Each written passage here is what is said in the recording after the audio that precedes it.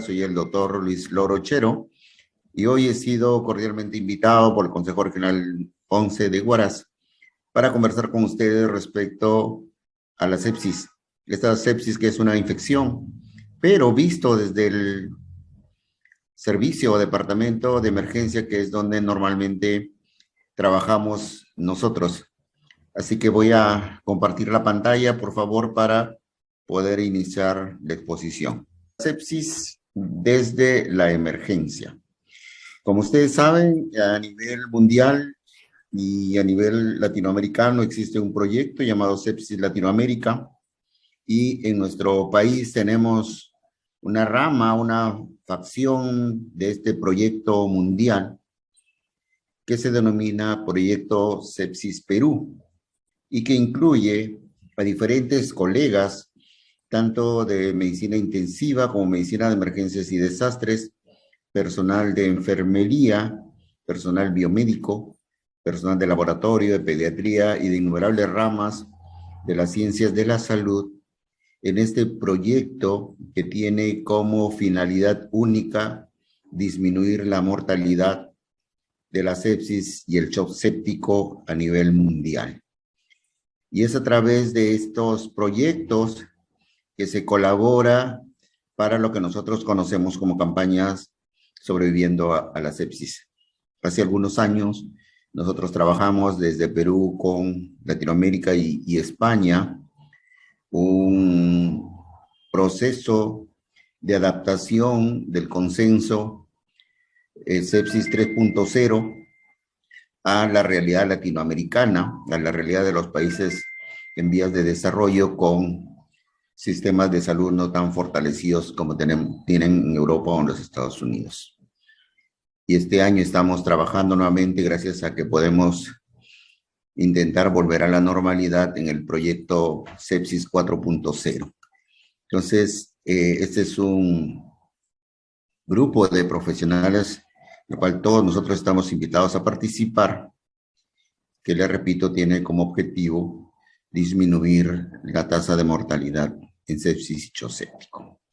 Y es en este marco que nosotros desde la emergencia, como médicos de emergencia, tenemos tres responsabilidades en este objetivo de disminuir la tasa de mortalidad. Y es, primero, la detección temprana. Todos los pacientes con sospecha o diagnóstico de sepsis o shock séptico ingresan por los servicios de emergencia. Por lo tanto, nosotros tenemos la responsabilidad de hacer un diagnóstico temprano o una sospecha diagnóstica temprana que nos lleve a un manejo oportuno, tanto en los servicios de emergencia cuanto en los servicios de hospitalización, y si fuese necesario el traslado oportuno y adecuado a los servicios de cuidados prolongados o las unidades de terapia intensiva. Por lo tanto, nosotros como médicos de emergencia, y ese va a ser el enfoque de la charla del día de hoy, tenemos tres responsabilidades o tres obligaciones: detección temprana, manejo oportuno y traslado adecuado de los pacientes con diagnóstico o sospecha diagnóstica de sepsis y shock séptico. Estos son mis datos que ya bien mencionó el colega en la presentación. Soy especialista en medicina, emergencias y desastres, vicepresidente de la LACET, con una maestría en gestión de servicios de salud y otra en medicina, con mención en medicina, emergencias y desastres. Es director del Hospital de Emergencias ATE Vitarte,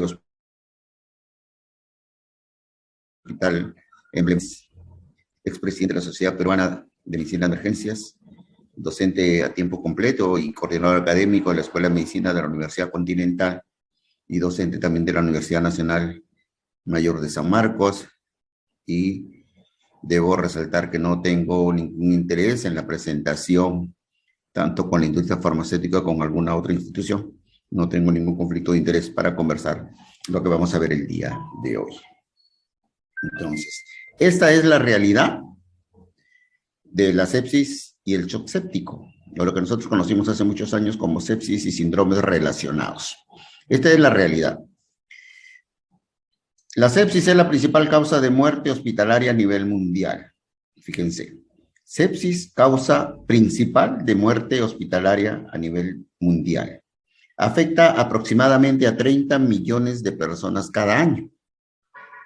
30 millones de personas, de los cuales tienen una tasa de mortalidad, dependiendo de la capacidad resolutiva de los establecimientos de salud, que fluctúa entre el 15 y el 50% de todos estos pacientes. Es decir, de 30 millones de personas afectadas de sepsis y 8 séptico, pueden fallecer entre 15 millones y 7 u 8 millones, entre 7 y 15 millones aproximadamente de personas fallecen a nivel mundial por esta enfermedad. Se estima que cada 3.5 segundos una persona fallece por sepsis a nivel mundial. Esta es una data de la Sociedad Española de Medicina Intensiva, Cuidados Críticos y Unidades Coronarias, reportado a nivel mundial, que nos dan unas cifras bastante duras de la realidad y por qué la necesidad de que nosotros tengamos dentro de nuestras capacidades el diagnóstico y tratamiento adecuado, oportuno, de la sepsis y sus síndromes relacionados. En el 2020, la Organización Mundial de la Salud habla de esto como epidemiología de la sepsis. Al menos 11 millones de muertes al año. Estos son datos de la Organización Mundial de la Salud. 11 millones de muertes al año relacionados con sepsis y shock séptico. 1 de cada 5 muertes a nivel mundial está asociado a sepsis. Es decir, el 20% de los fallecidos a nivel mundial tiene alguna relación con sepsis y shock séptico. La sepsis es a la vez la primera causa de muerte en hospitales, como habíamos mencionado anteriormente, y es la primera causa de readmisión hospitalaria, es decir, después de que el paciente es dado de alta, la primera causa de reingreso a los servicios hospitalarios sigue siendo la sepsis. Además, cuando valoramos costo de enfermedad, cuánto cuesta tanto a la familia como a la sociedad el manejo integral de la sepsis, nos damos cuenta que es la enfermedad más costosa. ¿Sí? Pero fíjense en este dato, el 80% de los casos se inician fuera de un hospital. El 80% de los casos, es decir, 8 de cada 10, inician el proceso de la enfermedad fuera de una institución hospitalaria. Por lo tanto, y esto es algo que recalcamos en el proyecto Sepsis Perú, el trabajo en comunidad es fundamental. Enseñarle a la comunidad a observar y comunicar algunos signos que podrían indicarnos sepsis va a hacer que disminuyamos más allá de nuestras capacidades y de la tecnología en los establecimientos de salud. Es una emergencia médica, es una de las denominadas enfermedades tiempo dependientes que vamos a ver más adelante. También observamos que hasta el 50% de los que sobreviven a la sepsis sufren secuelas físicas y o mentales a largo plazo, pues puede generar la postración crónica, la desnutrición, las enfermedades comórbidas, generar, por ejemplo, úlceras por presión, la hipoxia al que está sometido el paciente en algún momento, el hipercatabolismo, puede generar de alguna manera alteraciones a nivel mental, de tal manera que no solamente es la sepsis o la infección per se la que podría afectar el desarrollo de las personas, sino también algunas otras secuelas que podrían estar distantes a la misma enfermedad. Asimismo, la Organización Mundial de la Salud, en su reporte Paremos a la Sepsis del año 2020, informa que hay entre 47 y 50 millones de casos de sepsis y shock séptico al año. Y de estos 47 a 50 millones de pacientes, el 40%, es decir, más o menos 20 millones de casos de sepsis, corresponden a niños menores de 5 años de edad. Y entonces deviene en demasía la necesidad de quienes somos la puerta de entrada de los establecimientos de salud, tengamos la capacidad, repito, para diagnóstico y sospecha adecuada de este tipo de patologías. Y hemos venido durante los últimos años dándole una mayor importancia a esta enfermedad denominada la sepsis. Yo recuerdo que por el año 86, 88, más o menos, yo hice la residencia el año 94, ya se hablaba de Roger Bond, que hablaba precisamente del síndrome de respuesta inflamatoria sistémica y empezaba ya a darle importancia a la sepsis como factor importante de mortalidad a nivel mundial.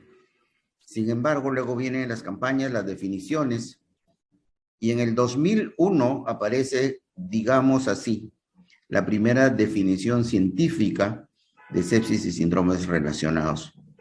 Y en esa época habían 3 definiciones. La primera definición era la sepsis, segunda sepsis severa, tercero shock séptico. Para sospechar o definir sepsis en el año 2001, se hablaba de que debería de contar con criterios de síndrome de respuesta inflamatoria sistémica más un foco sospechado o definitivo de infección. Esa era la definición de sepsis el año 2001. Si esta enfermedad seguía avanzando bajo un efecto dominó, me recuerdo que nos enseñaban, en donde se saca una ficha del juego y todo el resto se derrumba de manera automática. Acá era igual. Empezaba el proceso infeccioso y si nosotros, los servidores, los prestadores de salud, no nos preocupábamos en detener ese avance de la infección, lo demás devenía en automático e irreversible. Y el siguiente paso era la denominada sepsis severa. ¿Y qué cosa era la sepsis severa? Era simplemente la presencia del diagnóstico o sospecha de sepsis asociado a una tensión arterial sistólica menor de 90 milímetros de mercurio, con presencia de lactato mayor de 2 milimoles por litro y disfunción de algunos órganos, como por ejemplo el INR por encima de 1.5 o el tiempo de tromboplastina parcial mayor de 60 segundos, bilirrubina por encima de 34 milimoles por litro, hipoxemia con un PAFI menor de 300, diuresis menor hay un error, diuresis menor de 0.5 mililitros por kilogramo por hora, al menos durante 2 horas, incremento de la creatinina como un factor de injuria renal aguda, incremento de la creatinina mayor de 0.5 miligramos por decilitro o un valor inicial mayor de 2 miligramos por decilitro, disminución de las plaquetas, es decir, trombocitopenia, menos de 100.000. Esa era la segunda definición que en el año 2001 aparece.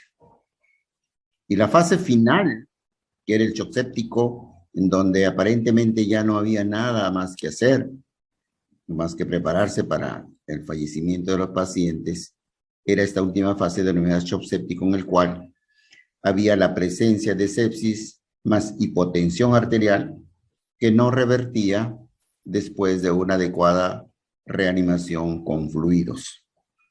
Esto era la definición de shock séptico para el año 2001.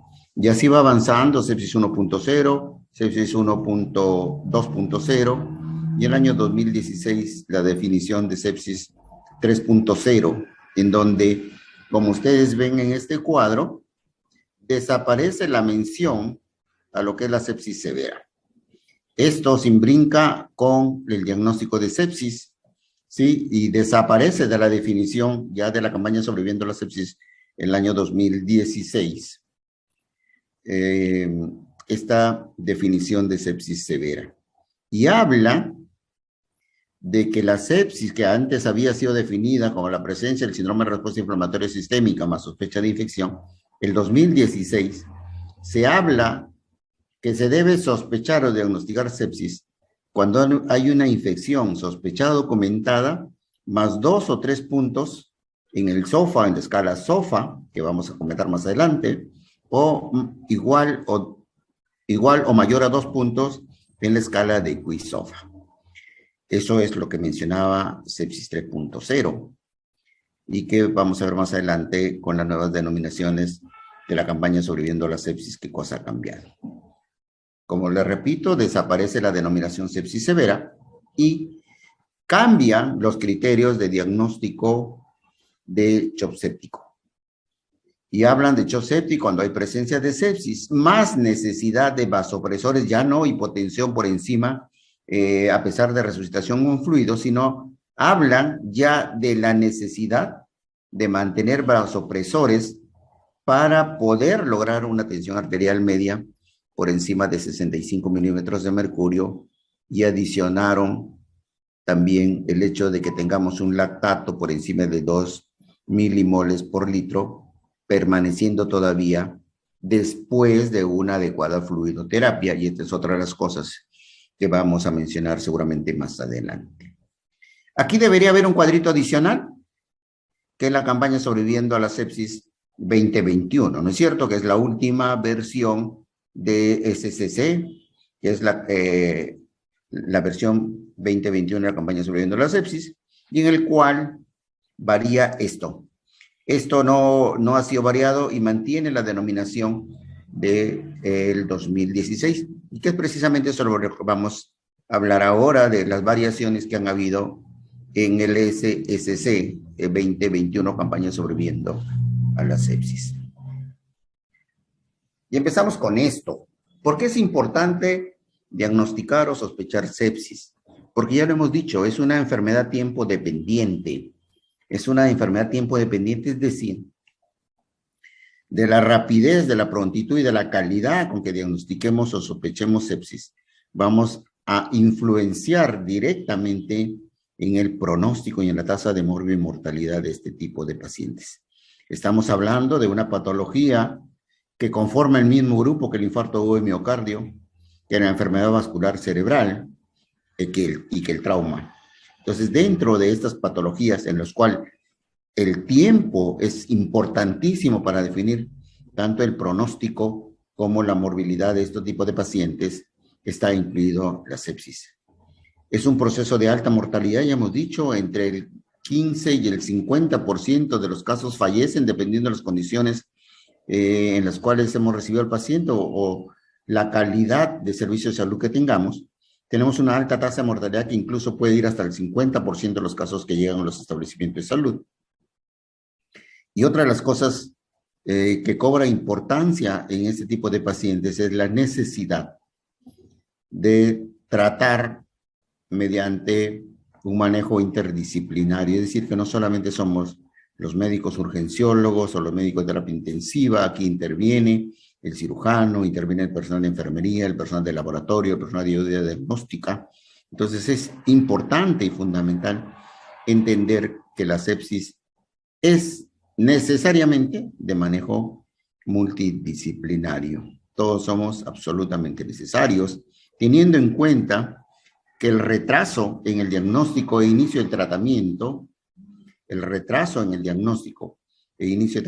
influye directamente en el pronóstico. ¿Y cómo influye en el pronóstico este retraso? Directamente en una alta tasa de mortalidad, que repito, puede llegar hasta el 50%. Muy bien. ¿Qué dice la campaña Sobreviviendo a la Sepsis en las guías internacionales de manejo de sepsis y shock séptico 2021? Hace estas dos definiciones fundamentalmente. Y define a la sepsis como la disfunción orgánica potencialmente mortal causada por una respuesta desregulada del huésped a la infección. Esa es la definición contenida en el SSC 2021 y describe, repito, la sepsis como una disfunción orgánica potencialmente mortal, 50% de mortalidad, causada por una respuesta desregulada del huésped a una infección. Y define al shock séptico como aquella disfunción cardiovascular que incluye hipotensión arterial, requerimiento de vasoactivos o dos signos de inadecuada perfusión, lo que algunos llaman las ventanas de la hipoperfusión: llenado capilar prolongado, oliguria, acidosis metabólica y lactato elevado. Esto es lo que dice la campaña Sobreviviendo a la sepsis 2021. Entonces hace dos definiciones claras, sepsis y shock séptico. Y entonces, si decimos que es una enfermedad tiempo dependiente y que esto influye directamente en la alta tasa de mortalidad de los pacientes, enfoquémonos primero en el diagnóstico o en la sospecha diagnóstica. ¿Y qué se hizo? En este artículo publicado en Medicina Intensiva 2020, hablan de esto, de la aplicación del código infarto que nosotros en los servicios de emergencia también manejamos muy bien, desde el hecho de sospechar que todo dolor torácico puede corresponder a un infarto de miocardio y le pedimos un electro y luego pensamos si necesita o no reperfusión. Ese esquema del código infarto fue trasladado a lo que ahora denominamos como código sepsis. Entonces, ¿qué hace el código infarto? Tiene un nivel de sospecha, valoración, activación del código con objetivos claros y con los cuidados post reanimación inicial. En el caso del código sepsis, la sospecha tiene que iniciarse en la sospecha de infección. Tenemos un tiempo para valorar de manera clínica a nuestro paciente, menos de 30 minutos. Activamos una vez que nosotros objetivemos fracaso orgánico o hipoperfusión tisular. Recordemos en esas ventanas de oliguria, disminución del estado de conciencia, ¿no es cierto? Esas ventanas que conocemos nosotros, con objetivos claros como el inicio del famoso paquete inicial de la primera hora que vamos a verificar durante un rato, y en los cuidados por reanimación que se producen en la emergencia y que conllevan al que el paciente pueda ser trasladado de manera adecuada y oportuna a la unidad de terapia intensiva, y que seguramente algunos de nosotros no va a estar de acuerdo con lo que le voy a decir más adelante. Entonces, la primera recomendación de la campaña Sobreviviendo a la Sepsis 2021 dice: para los hospitales y sistemas de salud se recomienda el uso de un programa de mejoras de rendimiento para la sepsis, incluida la detección en pacientes de alto riesgo y los procedimientos operativos estándares para el tratamiento. Entonces, la campaña Sobreviviendo a la Sepsis, en su recomendación 1 dice, hay que implementar el denominado código sepsis. Y esto es lo que tenemos aquí. Entonces, si tenemos detección temprana, y habíamos dicho que el 80% de los casos de sepsis se inician en el prehospitalario, se inician en la comunidad, se inician en el domicilio. Entonces, esta parte deviene en muy importante. En la fase prehospitalaria, necesitamos hacer educación a la comunidad, necesitamos contar con una central de acceso único, protocolos de triaje telefónico, unidades equipadas para el transporte y, por supuesto, una red adecuada para la transferencia oportuna y de calidad. Esta es la parte prehospitalaria. Y, por supuesto, nosotros en el hospital necesitamos un área de triaje que nos permita activar de forma inmediata el código sepsis, así como activamos en algunos establecimientos de salud el código infarto o el código stroke. También podríamos implementar esto en nuestros establecimientos de salud a través de la activación del código sepsis. No es ocioso reiterar la necesidad del manejo a través de un equipo multidisciplinario y, por supuesto, iniciar de manera inmediata o lo más rápido posible el paquete hora 1. Este es un algoritmo del 2016, donde dice paciente con infección con sospecha de infección, hay que pedirle QISOFA, y el QISOFA, que tiene 3 parámetros, recuerden, frecuencia respiratoria mayor o igual a 22 por minuto, escala de Comer-Glasgow menos de 13 puntos igual a 13 puntos, y tensión arterial sistólica igual o menor a 100 milímetros de mercurio. Si tiene 2 de ellos, entonces pasa a valorarse el SOFA y luego podemos sospechar de sepsis. Valoramos la necesidad de vasopresores y el nivel de lactato para diagnosticar finalmente shock séptico. Esa es una especie de mapa mental que nos ayuda, si bien es cierto, no es 100% seguro, nos ayuda a tener un alto índice de sospecha de sepsis y shock séptico. Entonces, si el paciente viene de la comunidad y nosotros sospechamos de sepsis o shock séptico, el siguiente paso es verificar si este paciente fue atendido en un entorno hospitalario o no, si ha sido dado de alta hace pocos días. ¿Por qué? Porque el germen o el agente infeccioso que puede haber desencadenado ese proceso séptico es diferente si lo adquiere en la comunidad que si lo adquiere en un centro hospitalario o si lo adquiere en una unidad de terapia intensiva. Esto lo sabemos todos nosotros, lo manejamos todos nosotros de manera diaria. Pero cuando lo recibimos de afuera, no solamente hay que saber si estuvo internado o no, sino saber que está en esto, en la etapa final de la vida. Y esta es otra de las cosas que seguramente hemos visto durante este congreso, el no encarnizamiento terapéutico o no el tratamiento fútil o sin sentido. Tendríamos que preguntarnos si este paciente no está en la fase final de su vida para irle con todo, entre comillas. Y si decimos que no está en su fase final de la vida, la siguiente pregunta que nos tenemos que hacer nosotros es si no hay ninguna limitación para implementar en este tipo de pacientes soporte vital avanzado. Entonces, esto es importante. ¿No está en la etapa final de su vida? Fundamental para iniciar tratamiento, por Dios. No hagamos encarnizamiento terapéutico, no hagamos tratamiento fútil en los pacientes. Y luego que decimos que no está aquí, digamos, ¿hay limitaciones para soporte vital avanzado? Si la respuesta es no en cualquiera de ellos, por favor, hablemos con la familia, porque quizá puede ser menos doloroso y menos traumático. Una vez que nosotros hemos sospechado la presencia de sepsis o shock séptico en nuestros servicios de emergencia, continuando en esta fase 1, que tiene varias subfases, la primera es la activación, nosotros tenemos que avisar y poner en marcha los equipos de respuesta temprana que deben ser implementados en los establecimientos de salud de alta calidad. Los equipos de respuesta temprana que responden al paro cardiorrespiratorio, que responden al infarto o miocardio, que responden al código stroke y que responden al código sepsis.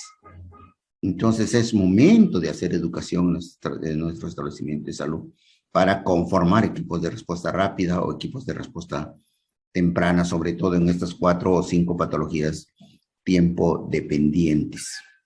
Decimos, tenemos un paciente compatible con infección, valoremos estos criterios: frecuencia cardíaca, frecuencia respiratoria, frecuencia cardíaca, afectación del estado general, hiperglicemia no explicada. Si hubiese uno o más de estos criterios, hay que sospechar que el paciente esté en sepsis, ¿no es cierto?, o en shock séptico. Luego midamos la saturación de oxígeno, la tensión arterial sistólica, la tensión arterial media. Hay que ver si es que tiene disminución del estado de conciencia. Recuerden, en el QISOFA 13 puntos o menos, y por supuesto medir el lactato. Si ese está por encima de 2 milimoles por litro, nosotros tendríamos ya la sospecha de shock séptico y necesitamos de manera inmediata activar el código sepsis para que los equipos de respuesta temprana o de respuesta rápida inicien su manejo definitivo. Entonces, en esta fase 1 de activación, tenemos 3 responsabilidades de los médicos de urgencias. 1, sospechar sepsis o shock séptico, definir qué vamos a hacer con este paciente, y si definimos que tenemos que implementar el código, y de inmediato debemos activar el código sepsis. Entonces tenemos 3 responsabilidades: sospechar, definir y activar. Esta es la segunda recomendación de la campaña Subiendo la Sepsis. Menciono aquí esto que hemos visto siempre, seguramente, durante los últimos años. Es el famoso sofá del QISOFA o del SOFA. Él decía, sospecha de sepsis aquel paciente que tiene 2 o más puntos en la escala de QISOFA y que luego había que seguirle sacando la escala de SOFA para determinar si es que definitivamente estaban frente a una sepsis o no. ¿Qué dice la campaña Subiendo la Sepsis 2021? Dice lo siguiente: nosotros, es decir, el SSC, no recomendamos el uso del QISOFA, y esto ha sido motivo de algunas preguntas de los colegas. Nosotros no recomendamos el uso del QISOFA en comparación con CIRS, NIUS o MEPS, Pero hay algo que nosotros a veces no hemos leído. Dice, como única herramienta de detección de sepsis o shock séptico. Fíjense que aquí hasta el 2016 decía presencia de 2 o más puntos a la escala de Quisoffa. La guía SSC 2021 dice, no, el Quisoffa por sí solo no da diagnóstico de sepsis. El SOFA, y el Quisoffa es una escala reducida del SOFA, se creó inicialmente para fines pronósticos, para fines de decir, oye, este paciente tiene más riesgo de morir que el otro. Esa fue la idea del SOFA, que luego nosotros en emergencia lo adaptamos al Quisoffa tratando de hacerlo más sencillo. Sin embargo, ya la guía 2021 dice no. El Quisoffa por sí solo no es suficiente. Tendrías que unirlo a CIRS, tendrías que unirlo a NEWS o tendrías que unirlo a MEPS para que tu sospecha se tenga mayor soporte científico. De tal manera que si bien es cierto, no ha sido descartado el Quisoffa como una ayuda diagnóstica para sospecha de sepsis, lo que dice la guía 2021 es que no debe ser usada de manera aislada. Tenemos que unirle otra. La mayoría de estudios dicen que el MEWS, el MEPS, es mucho más sensible y mucho más específico asociado al Quisoffa que el CIR más Quisoffa. Hay muchos estudios, eso ya depende de cada uno de nosotros. La evidencia aboga que debe ser Quisoffa más MEPS. Sin embargo, todavía se está en estudio. Lo que sí está claro es que el Quisoffa por sí solo no debe significar diagnóstico ni descarte de sepsis. Y luego viene el shock séptico, la definición de shock séptico. ¿Qué es un shock séptico? Es la presencia de sepsis más anomalías circulatorias, celulares y metabólicas. Eso es el shock séptico. Visto desde el punto de vista clínico, es la presencia o la persistencia de hipotensión arterial, que requiere la administración de vasopresores para mantener una tensión arterial media por encima de 65 milímetros de mercurio y niveles de lactato menos de 2 milimoles por litro en ausencia de hipovolemia. Es decir, el shock séptico sigue siendo aquella incapacidad del organismo de mantener una tensión arterial media mayor de 65 y un lactato menos de 2, después de haber resucitado o reanimado al paciente de manera adecuada con fluidos. Cuando llegamos a este nivel de shock séptico, desgraciadamente la mortalidad supera el 40% de los pacientes. Entonces, la fase 1 era la fase de activación, habíamos dicho, ¿recuerdan la primera lámina? Diagnóstico temprano, manejo oportuno, traslado adecuado. La fase 2 es el manejo oportuno. La guía 2016 decía lo siguiente: control del foco, recuperación hemodinámica. Esos eran los 2 puntos. Y dentro de la recuperación hemodinámica tenía 3 apartados. El paquete hora 1, que sigue siendo importante. La evaluación por cirugía, esto es fundamental. Los urgenciólogos no somos dueños de los pacientes que recibimos tanto en la unidad de trauma shock como en los servicios de emergencia. Muchas veces necesitamos de la valoración del cirujano. Y por supuesto los exámenes de ayuda diagnóstica. La recomendación 4 de la campaña dice: la sepsis y el shock séptico son emergencias médicas y se recomienda que el tratamiento y la reanimación comiencen inmediatamente. Es el denominado paquete hora 1. La sepsis y el shock séptico son emergencias médicas y se recomienda que el tratamiento y la reanimación comiencen inmediatamente. Recomendación 4 de la campaña Sobreviviendo a la sepsis. Entonces, ¿qué tenemos dentro de esta segunda fase de manejo oportuno? Tenemos esto: control del foco y recuperación hemodinámica. Este es el objetivo de la segunda fase: control del foco y recuperación hemodinámica. Paciente identificado debe ser tratado en formato código. ¿Qué es formato código? El código sepsis, diagnóstico temprano, manejo adecuado y traslado adecuado. Paciente identificado debe ser tratado en formato código sepsis, administración precoz de antibiótico empírico eficaz, recuperación de la perfusión tisular mediante volemia y oxígeno, monitorización de la respuesta a las medidas iniciales y valoración de la necesidad del traslado a la unidad de terapia intensiva. Entonces, estos son los 5 puntos: identificarlo y tratarlo en formato código, código sepsis, administrar de manera precoz antibióticos, recuperar la perfusión a través de la infusión de volumen y oxígeno, monitorizar lo que estamos haciendo y valorar la necesidad de que el paciente vaya a una unidad de terapia intensiva. El paquete hora 1 se define como las acciones que vamos a realizar de manera preferente dentro de la primera hora después de haber recibido al paciente. Pero la pregunta es, ¿en qué momento empezamos a contar la primera hora? Porque en el caso del código infarto, es desde el momento en que inició el dolor. En el caso del código stroke, es en el momento en que presentó alguna alteración neurológica. ¿Desde dónde nosotros empezamos a medir la hora 1, la primera hora para manejo adecuado de sepsis? ¿Cuál es el tiempo cero? ¿Desde dónde empezamos a medir?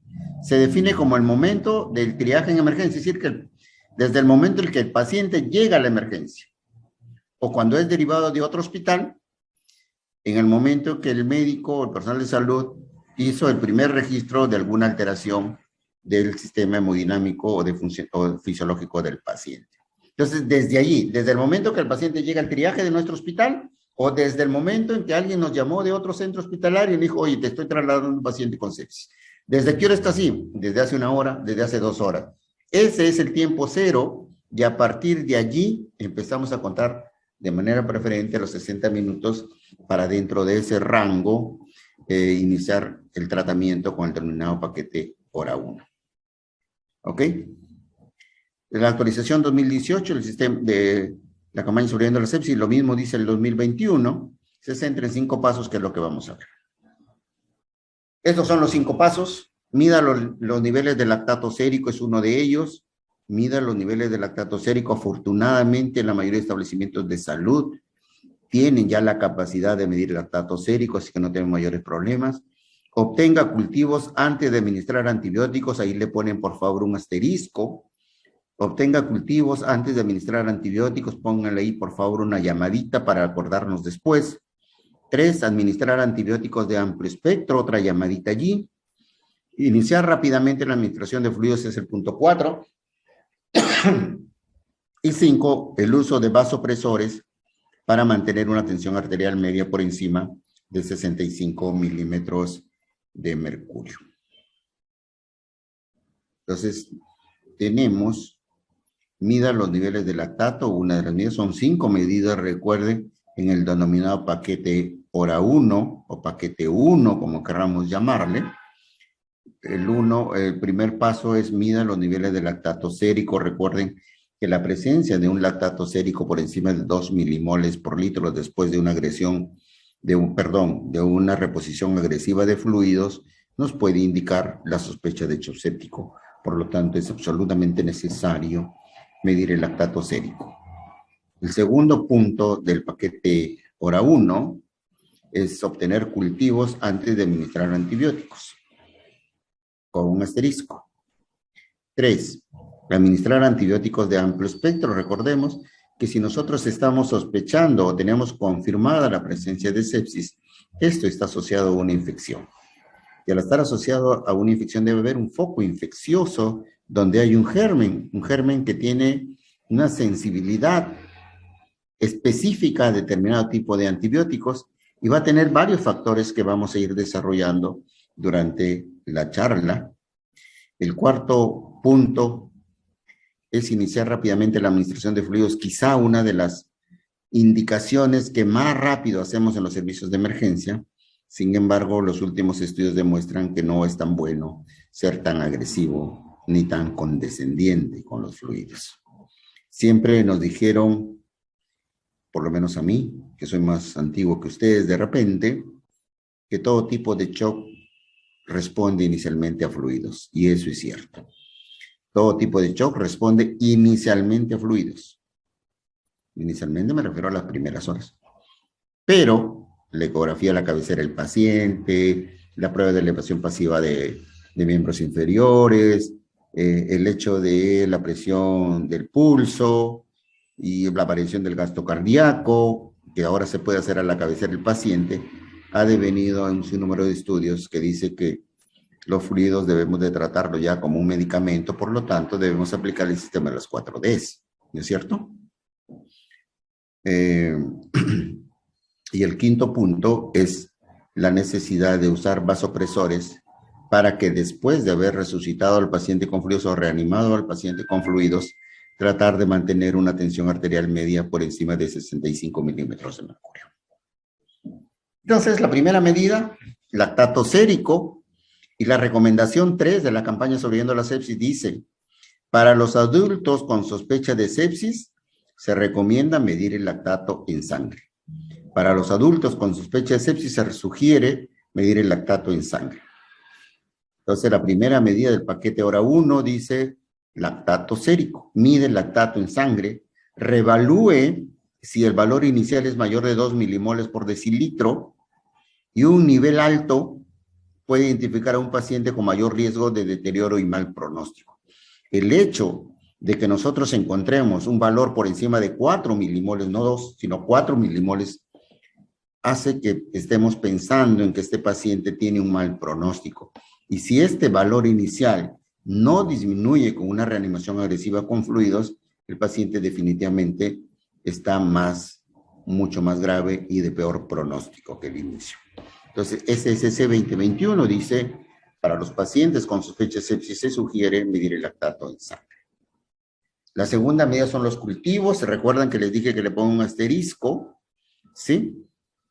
La segunda medida son los cultivos y dice, paciente con sospecha de sepsis o shock séptico, se recomienda realizar los cultivos antes de comenzar la terapia antimicrobiana. Dice aquí, donde dice 1. Se recomienda realizarlos antes de comenzar la terapia antimicrobiana. ¿Y dónde está el asterisco? En el punto 2. Dice, siempre y cuando no retrase el inicio de los antibióticos. Fíjense lo que dice el punto 2. ¿Se recomienda hacer cultivos antes de los antibióticos? Sí, siempre y cuando esto no retrase el inicio de los antibióticos. Y debemos incluir por lo menos 2 tipos de hemocultivos, para aeróbicos y para gérmenes anaeróbicos. Entonces, la primera llamadita o el primer asterisco es esto. Cultivo sí, rápido sí, siempre y cuando la toma de estos cultivos no retrase el inicio de los antibióticos. La tercera medida entonces serían los antibióticos. ¿Y qué dice de los antibióticos? Dice, iniciar antibióticos endovenoso tan pronto como sea posible, administrar antibióticos de amplio espectro, pero por favor aquí olvídense, ¿cómo le llaman ustedes? Pipetazo, escuché por ahí. Yo soy un poquito más viejo que ustedes. Y todo el mundo dice, está con su pipetazo y su pipetazo, que es piperacilina más tazobactam. Y todos los pacientes, así vengan de su casa, así nunca hayan tenido fiebre, los reciben con tazobactam y piperacilina, y eso no debe suceder. ¿Se deben administrar antibióticos de amplio espectro? Sí, de acuerdo, esa es la segunda llamadita, ¿no es cierto? La segunda llamadita. Si el paciente viene de su domicilio, si el paciente tiene comorbilidades, por ejemplo, diabetes, úlceras de decúbito, quemaduras, ahí sí. O si el paciente ya estuvo hospitalizado en los días previos, allí sí. Y va a depender de algo que nosotros olvidamos siempre, de la flora que tenemos en nuestro hospital, qué tipo de gérmenes tenemos en nuestro hospital y cuál es la sensibilidad de esa flora bacteriana que tenemos en nuestro hospital y que desgraciadamente no hacemos estudios de eso. Hace poco conversaba con uno de mis residentes. Yo no estoy en el hospital hace poco más de 2 años. Y le decía, averíguame cuántos cultivos se hacen en el hospital y cuál es la sensibilidad, cuál es la positividad y cuál es la sensibilidad de ellos. Me dijo, doctor, no hay datos. Porque estábamos haciendo un estudio a nivel mundial de esto, que ustedes seguramente han leído ya, de si es absolutamente necesario empezar antibióticos en los primeros minutos o en las primeras horas, que también está en discusión.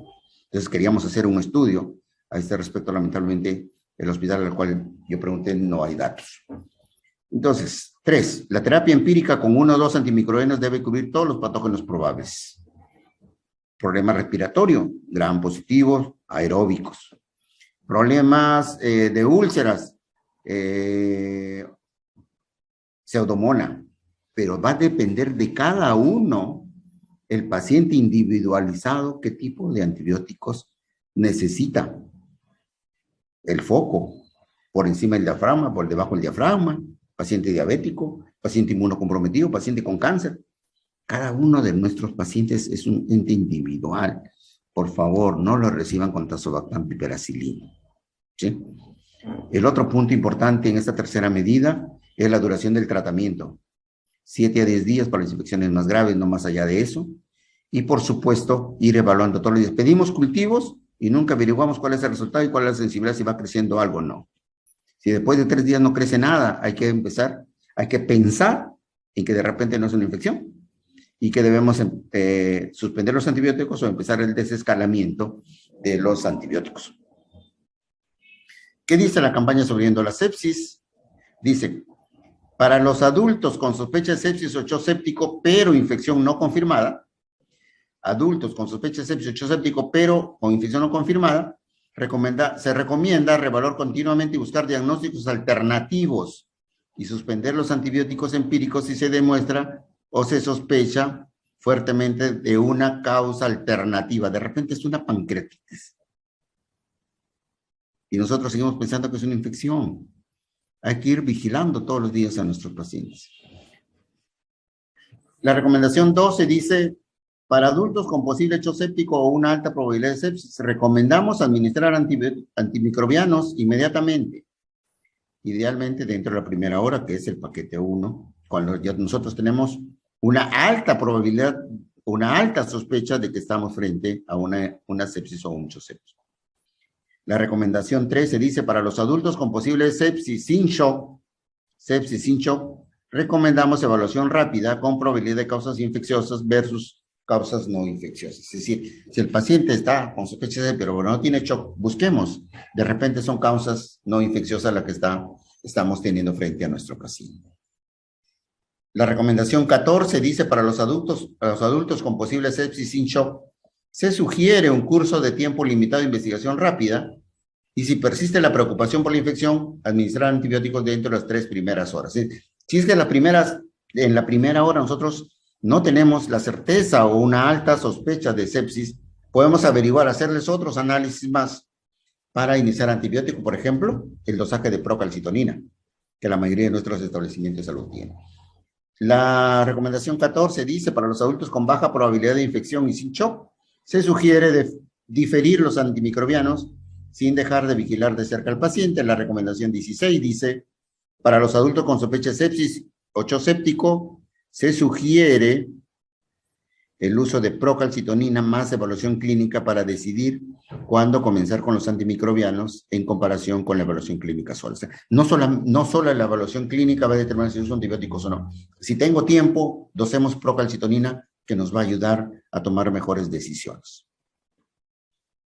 Esto es lo que hemos visto ahí, la sincronización de los antibióticos, si la sepsis es definitiva probable o si la sepsis es posible, si tiene shock o no tiene shock, cómo es que nosotros debemos iniciar la terapia con antimicrobianos, de preferencia en la primera hora si tenemos una alta certeza de sepsis y dentro de las 3 primeras horas si es que necesitamos algunos otros análisis, por ejemplo, repito, la procalcitonina. La cuarta medida, ya para ir terminando, es la fluidoterapia. ¿Sí? Se recomienda administrar 30 cc por kilo en las 3 primeras horas si hay hipotensión arterial o lactato igual a mayor a 4 milimoles. Continuar con la administración mediante monitoreo clínico, mediante ecografía a la cabecera del paciente. Recuerden, nuestros urgenciólogos jóvenes son muy expertos en manejo de ecografía a la cabecera del paciente, así que eso nos ayuda bastante. Todo el mundo dice ahora, se recomienda el uso de cristaloides. Eso ya no admite dudas. Lo que nosotros dijimos que si cristaloides o coloides definitivamente quedó fuera de toda discusión, se inicia con cristaloides. La interrogante ahora es, ¿cristaloides balanceados o los otros, o no balanceados? La evidencia hasta ahora parece que aboga en el sentido de usar cristaloides balanceados. Eso es lo que sigue ahora, saber si es que los estudios tan contradictorios, a pesar de que hay una pequeña ventaja a favor de los balanceados, y las guías 2021 son claras y dicen balanceados ya. Las guías SSC dicen claramente usar cristaloides balanceados. En resumen, dice, la recomendación 5 dice, para los pacientes con hipoperfusión, con signo de hipoperfusión, disminución del estado de conciencia, oliguria y piel fría. Para los pacientes con hipoperfusión o shock sépticos inducido por sepsis, se sugiere administrar al menos 30 mililitros de líquido cristaloide intravenoso dentro de las 3 primeras horas de reanimación, que es lo que decía el paquete hora 1. La recomendación 6 dice, para los adultos con sepsis o shock sépticos se sugiere utilizar medidas dinámicas para guiar la reanimación con líquido sobre el examen físico, los parámetros estáticos por sí solo. Y esto deja de lado, o por lo menos aleja la necesidad de lo que nosotros aprendimos, presión venosa central.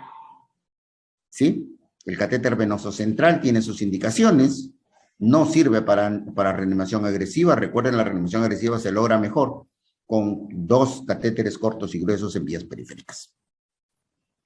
La recomendación 7 dice, para los adultos con sepsis o shock séptico se sugiere guiar la reanimación para disminuir el lactato en pacientes con niveles elevados en lugar de no usar lactato sérico. Entonces, cuando nosotros tomamos lactato de inicio, encontramos más de 4, tenemos la necesidad de usar fluidoterapia y de ahí podemos seguir manejando nuestra cantidad de líquidos o a través de medidas dinámicas como la ecocardio, la cabecera del paciente o la elevación pasiva de miembros inferiores. La PVC no. Podemos ir manejando nuestros retos de fluidos a través de este tipo de medidas dinámicas más que de las medidas estáticas. Y acá dice, observación, dice la guía 2021. Durante la reanimación aguda, el nivel de lactato sérico debe interpretarse teniendo en cuenta el contexto clínico. Bueno, yo tengo un paciente con problema hepático crónico o con problema hepático severo y que va a estar permanentemente su lactato sérico elevado, así que hay que valorar eso. La recomendación 8 dice, las guías 2021 dice que también es útil valorar la respuesta de los pacientes con shock séptico mediante el tiempo de llenado capilar, que es uno de los parámetros que muchas veces olvidamos. La guía 2021 resalta la importancia de medir el tiempo de llenado capilar, así que empecemos a hacerlo. Vasopresores.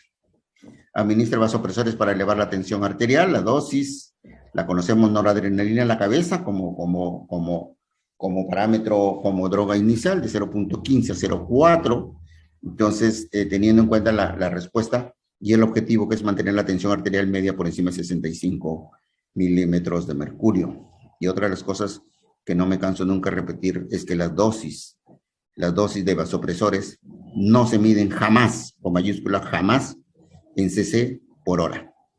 Se miden en microgramos por kilo minuto. Y esa es otra de las cosas que debemos revisar. ¿Sí? Este es un paso de reanimación crítica en el paciente con shock séptico, el uso de vasopresores. Administra vasopresores si el paciente está hipotenso durante un tiempo para mantener una tensión arterial media mayor de 65. La recomendación 9 dice, para adultos con shock séptico con vasopresores, se recomienda mantener una presión arterial media objetivo de 65 milímetros de mercurio. La fase 3 es la fase de traslado adecuado, la última fase del manejo en la emergencia, y se deriva para soporte orgánico específico para traslado a UCI. Seguramente que en esta charla hay colegas de cuidados intensivos. Voy a evitar la discusión, pero las guías 2021 hace una recomendación. La recomendación 10 dice, para adultos con sepsis o shock séptico que requieren ingreso a la UCI, se sugiere admitir a los pacientes en la UCI dentro de las 6 horas, y todos nosotros sabemos que en la mayoría de casos eso no sucede, así que lo dejo allí. Es un motivo de discusión. Ahora que estuvimos en México, era un motivo permanente de discusión si eso se cumplía o no, pero está en las guías SSC 2021, así que tengo la obligación de ponerlo aquí. ¿Para qué va la UCI? Va para 3 cosas.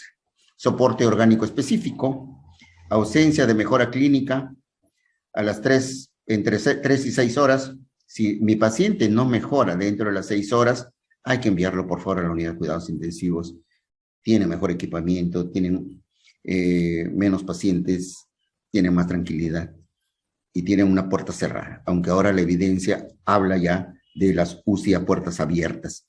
Pero mientras no logremos eso, ellos tienen puertas cerradas en una determinada cantidad de pacientes por razones de la gravedad de sus pacientes, por razones de la tecnología que manejan, que difiere muchísimo de lo que hacemos nosotros en emergencia.